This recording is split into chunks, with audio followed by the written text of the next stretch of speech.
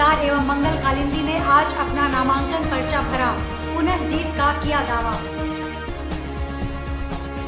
Free legal aid committee का महाअभियान डायन प्रथा उन्मूलन मिशन मना रहा 25वीं वर्षगांठ।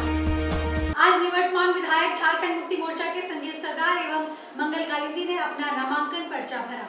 विधायक संजीव सरदार ने पुनः पोटका से अपना नामांकन भरा, जबकि विधायक मंगल कालिंदी ने पुनः जुगसलाई से अपना नामांकन भरा। इस अवसर पर संजीव सरदार ने कहा कि कोरोना काल के समय को अगर छोड़ दिया जाए तो हेमंत सरकार के नेतृत्व में हमने कई समस्याओं का समाधान किया, चाहे वह आधारभूत संचार हो या शिक्षा या अन्य समस्या। उन्होंने दावा किया कि हम पुनः जीतेंगे। एक प्रश्न के जवाब में उन्होंने कहा कि भाजपा परिवारवाद की पार्टी बन गई है।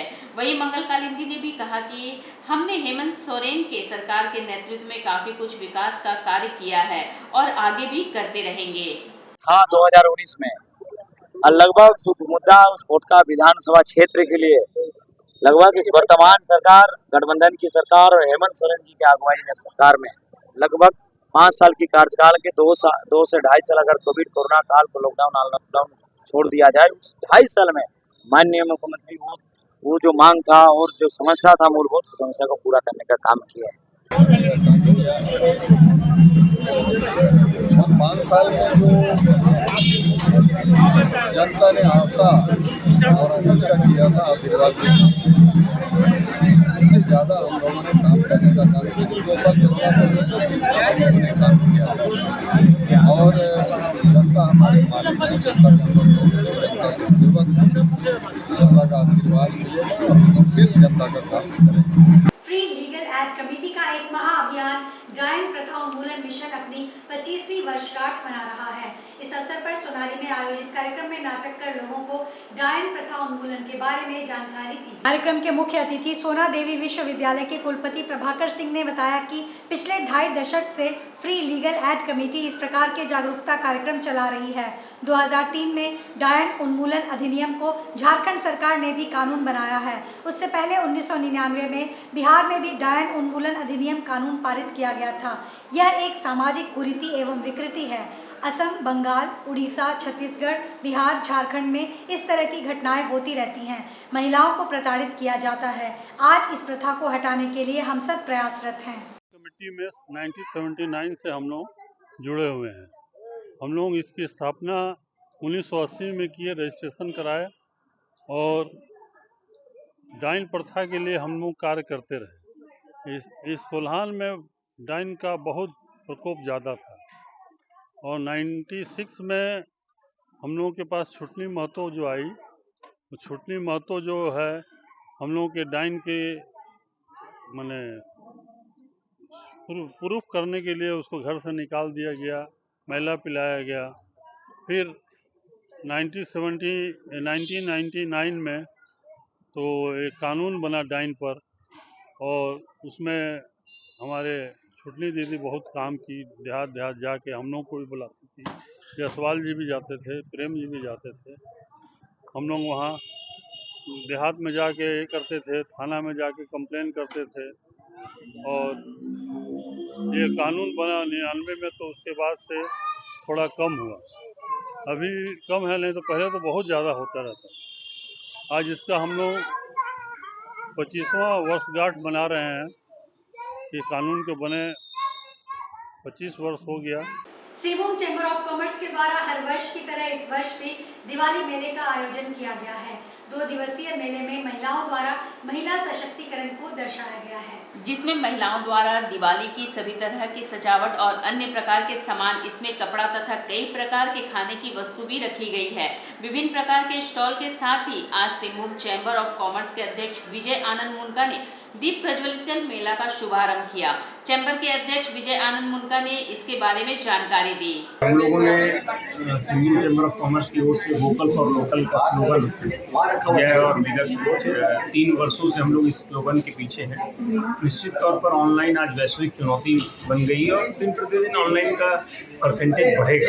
इसी परिप्रेक्ष्य में और इसी के कटाक्ष में हम लोग हमेशा वोकल फॉर लोकल को एम्फेसिस करते रहते हैं और ये 2 दिवसीय दिवाली ट्रेड फेयर भी इसी का एक हिस्सा है, जहाँ एक तरफ हम लोग महिला सशक्तिकरण के पक्षधर हैं। वुमेन एंटरप्रेन्योरशिप डेवलप करने के लिए 2 दिवसीय ट्रेड फेयर लगाया गया और इसमें सभी महिला उद्यमियों को ही स्टॉल दिया गया।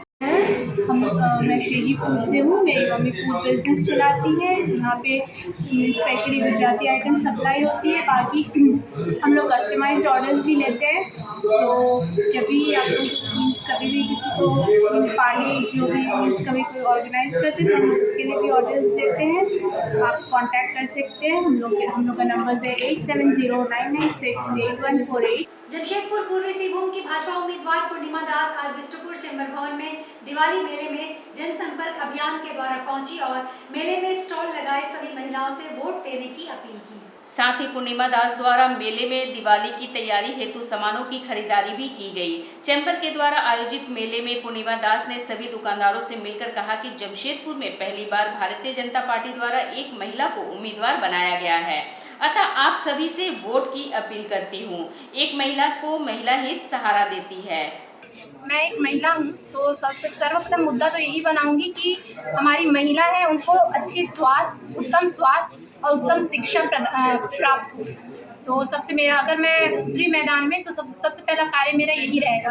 आप देख रहे हैं महिला उद्यमी जो है वो अपने खुद से अपने हाथों की कलाकारियों से यहाँ पे जो अपने सामान को बेच रही हैं, विक्रय कर रही हैं और वो खुद आगे आके आत्मनिर्भर हो रही। महिलाओं का आत्मनिर्भर होना बहुत ज़रूरी है। वो जो है जो ये आर्थिक रूप से आत्मनिर्भर होना बहुत ज़रूरी है। ये पहली सीढ़ी होती है महिलाओं को सशक्त बनाने में।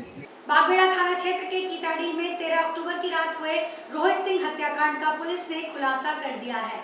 एसएसपी किशोर कौशल ने रविवार को प्रेस कॉन्फ्रेंस कर बताया कि इस हत्याकांड में पुलिस ने बर्मा माइंस के कैरेंज कॉलोनी के रहने वाले बाबू बंगाली उर्फ सुमित मंडल, आदित्यपुर के विद्युत नगर के रहने वाले राजू हेंसा, आदित्यपुर के रहने वाले नीतीश राय, विद्युत नगर के रहने वाले मनीष कुमार अग्रवाल और रोशन गुप्ता को गिरफ्तार कर लिया है।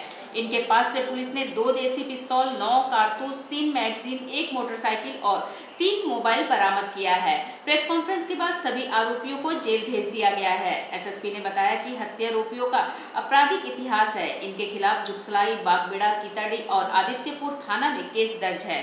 देखिए, दिनांक 14 अक्टूबर 2024 को बागबेड़ा थाना अंतर्गत कीताडीह में छोटू सिंह और रोहित सिंह की हत्या कुछ अज्ञात अपराध कर्मियों के द्वारा उनके घर के पास में गोली मारकर कर दी गई थी। इस घटना के उद्भेदन हेतु एक स्पेशल टीम का गठन किया गया था, जिसे पुलिस अधीक्षक नगर की कंटिन्यूअस मॉनिटरिंग कर रहे थे और डीवाईएसपी लॉ एंड ऑर्डर उसको डील कर रहे थे। इसमें डीवाईएसपी लॉ एंड ऑर्डर और थाना प्रभारी के द्वारा और उनकी टीम के द्वारा बहुत ही तेजी से काम किया गया और जो भी टेक्निकल इंटेलिजेंस था और जो मानवीय आसूचना थी, उन दोनों के ही आधार पर इसमें 19/10/24 को यानी घटना के 5 दिनों के पश्चात एक ऐसी इंफॉर्मेशन थी कि बागबेड़ा थाना अंतर्गत ही जो बड़ौदा घाट है उसके पास में ये लोग छुपे हुए हैं। उसको लेकर छापामारी की गई, छापामारी दल के द्वारा, और इसमें 5 अपराध कर्मियों की गिरफ्तारी की गई। सुहागिन महिलाओं ने अपने पति की लंबी उम्र की कामना के लिए दिन भर भूखे प्यासे रहकर कल करवा चौथ का व्रत किया। वैसे करवा चौथ की धूम पूरे शहर सहित पूरे कुल्हान में रहती है, जहां महिलाएं कथा सुन अपने पति की लंबी उम्र की कामना कर रही थी। उधर चांद देखने के बाद महिलाओं ने पति का दर्शन कर आशीर्वाद प्राप्त किया, फिर व्रत को तोड़ा। करवा चौथ को लेकर महिला में खास उत्साह रहा। महिलाएं भगवान कृष्ण और राधा की मंदिर पहुंची और पूजा अर्चना कर कथा सुनी। हमने अभी पूजा किया, एक साथ में कथा सुनी, उसके बाद अभी घर जाएंगे और चांद का इंतजार करेंगे। वैसे तो अभी लेट हो ही चुका है, चांद हमें ज़्यादा इंतजार नहीं कराएगा। चांद के साथ साथ अपने पति के साथ खड़े होकर पहले चांद को छाननी से देखते हैं और उसके बाद फिर अपने पति को देखते हैं। जैसे कि चांद को डायरेक्ट नहीं देखते हैं कि उसको नजर ना लगे, हमें छलनी से देखना पड़ता है। उसी तरीके से हम अपने पति को भी देखते हैं, इतने प्यार से देखते हैं कि उनको नजर ना लगे, इसीलिए हम इस छालनी का उपयोग करते हैं। और उसके बाद ही हमारे पति के हाथों से ये लोटे का जो जल है वो पीकर हम फर्स्ट जल जो आज सुबह से हमने निर्जला व्रत रखा है सर्दी के बाद से, उसको तोड़ते हैं और उनके हाथ से ही जो इस थाली में मीठा है वो खाते हैं और इसके बाद ये थाली हमारे सासू माँ को चला जाएगा। ये उनके लिए गिफ्ट है हमारे तरफ से। आज के इस बुलेटिन में बस इतना ही। हम फिर हाजिर होंगे कुछ और नई खबरों के साथ। तब तक के लिए SACN न्यूज की पूरी टीम की ओर से मुझे दीजिए इजाजत। नमस्कार।